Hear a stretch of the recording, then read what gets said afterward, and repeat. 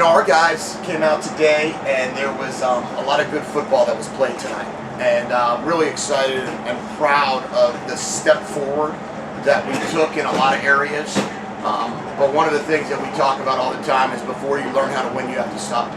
You have to keep from losing. And when you turn the ball over 5 times and commit 9 penalties, that's what's going to happen. I think Oregon's a very good football team, as we know. They're the number 3 team in the country, and rightfully so. And they've won every game, and they've won them well. I think we had a great battle going.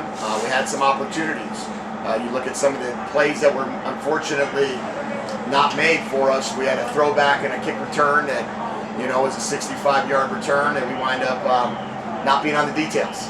And when you do that and you throw it forward instead of backwards after practicing for 3 weeks, you can't do that. And you can't turn it over 5 times. But there's a lot of positives from the way our guys competed. We're not a moral victory team, but what we are is a team that strives to get better every day. And I do believe we got better today than we were yesterday. Why did you start Jordan, and what did you make of his performance? Jordan's our best quarterback, and that's why we started him. And Jordan will remain our starter, and he'll play as long as he stays healthy. And he has an ability. The more we were with him, the more he understood the system. The biggest concern I had going into the season was he only got here in training camp, and we didn't have him in the spring like we had the other 2. But his poise. This is a hard environment. We're at the University of Oregon, and they're first Pac-12 game, and we come out and we throw an interception on the first play, and then go down 10-0 and respond with a touchdown to make it 10-7, and then drive all the way back down again after they score to go back to score again, and we throw an interception on the 7-yard line. And then we continue to go, and he's just had the poise to keep on battling. He was never afraid to throw the football. I'm sure he's very upset right now, and I hate that for him, but those things happen, and we're going to grow from it and get better. But he's our best player at that position, and that's why we play him. You listed the 3 of them as oars on the depth chart. Was there something this week that changed your mind, or? Well, obviously Gunner started the season against BYU and had a really good game. For the most part, there were some things to clean up, and then we played him against San Diego State, and there was just some things that we need to get better at, and gave Will an opportunity because how he played, but Will was dinged up after the game. We weren't sure what his health was going to be.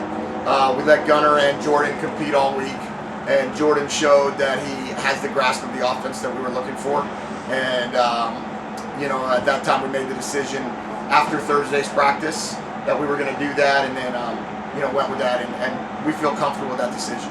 Who will be the backup moving forward? Gunner right now will be the backup until Will shoulders 100%, and then those 2 guys will compete. That's a great competition too, the backup quarterback competition. I lived it with Jared Stidham and Brian Hoyer last year. And, that position is a big thing. You got to compete, and you got to want to go on the other field. You got to want to say, I want to run the scout team. I want to throw to guys like Majon Wright. I want to go out there and I want to find a way to get better rather than be the 3rd-string guy and just watch. So it'll be interesting to see, who takes that advice and who listens to this interview. When you were within 5 points late in the 3rd quarter, early 4th quarter, what was the vibe on the sideline? I think the vibe all the way through was that we're in this football game, and this is the type of game we wanted to play. We talked the whole week about how we felt the game was going to go, and we said that at the start of the 4th quarter, it's going to be a 1-score game. Whether it be for us or for them, it's going to be a 1-score game, and then we're going to let it roll and see what it looks like. And we did that. They're very, very good. They're very, very good, and we gave them, the ball in bad spots. They were able to rip off some beautiful runs. They got some great players, and Mario has done a great job. He's been here now since 2017 when he came as the O-line coach, and he's recruited extremely well and built this program up. And they're a force to be reckoned with. You guys rushed for over 200 yards, which was almost double your previous best this season. What was the difference with the running game today? Our guys are becoming more and more comfortable with the scheme. They're becoming more and more comfortable with what we're trying to get accomplished. The runners ran with a real sense of purpose today. You could see there was a discipline in the running. Sometimes with a run game, especially a zone running game, which we run, is you have to have a discipline. You have to have a discipline to press a block, and cut back. You have to have a discipline to know when to bounce it. And I feel like with reps and opportunities, they're showing that they can get better at it. When you guys made that safety, did it sort of feel like the BYU game was maybe happening over again? Yeah, you know, I was still a little salty about the interception, to be quite frank. We can't miss on a corner route when we're, you know, at that spot, and we kind of lobbed it in there, kind of took it for granted, and then it becomes an interception, and you know, and I just ran into the huddle. I said, a safety would be beautiful right now, boys. And not only did they give it to us, but we also responded with the touchdown in the same way that happened in the BYU game. Once we got the kickoff, we were able to drive another 70 yards. So, you know, that was really good. Mo only played in the second half because of the targeting. Jackson Turner only played in the second half. But I think we're a healthy football team going into the bye. We're going to work really hard in the bye. We're going to put some shoulder pads on and some full pads on, and we're going to treat this thing a way to get better. Do you think Jamari Joyner will be 100% against UCLA? I think Jamari Joyner's 100% now. You guys were down 41-19 and you went for a field goal, which still would have been a 3-score game if you would have made it. Why didn't you do that? Because we haven't been kicking the ball very well. And we missed 2 field goals against BYU that were pretty costly. We need to get that part of the game going. There was 2 minutes and 12 seconds left. We weren't going to come back at that point. We were down 22 points, and we need to find a way to find wins. And in my mind, one of those ways is when the game is going to be on the line here in whatever amount of weeks we have, one of these games we're going to need a field goal to win it. And I wanted to get that repetition in there and see how we can do it. We didn't do well. I know you said there's no moral victories. I know what the scoreboard says, but you also mentioned that there are things you can build off of. What are the handful of things off the top of your head that you feel like, hey, we can hang our hat on this. These are forward steps for us. Well, I mean, we came into Alton Stadium, who's the number 3 team in the country, and it was a 5-point game going into the 4th quarter. We rushed for over 200 yards. We threw for over 200 yards. We were very balanced, is what we've always wanted to be.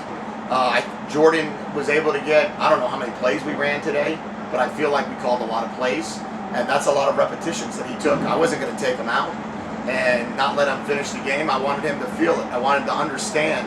So if we call that play again, he understands what caused that interception and how he can improve upon it. I like the way we control the ball in terms of time of possession. That's a big thing for us. And if we could be physical, get it, negative plays, tackles for losses, and be able to run the football, good things are going to come. But right now we saw the standard in the Pac-12. And we saw what it looks like. We saw what it looks like when you recruit, the way they recruit for the amount of years they recruited. And pretty impressive. One more, Michael. What's the schedule going to be? We're going to go, we're going to practice Monday, Tuesday, Wednesday. And then we're going to let the guys go get refreshed after their lift on Thursday. And then we'll bring them back in on Sunday. The coaches will go on the road. And we'll meet Monday, Tuesday, Wednesday. And then we'll go on the road recruit Thursday, Friday. And then I'm going to be nice and give them Saturday off, Mike. All right, thank you, Coach. Okay, thanks, guys.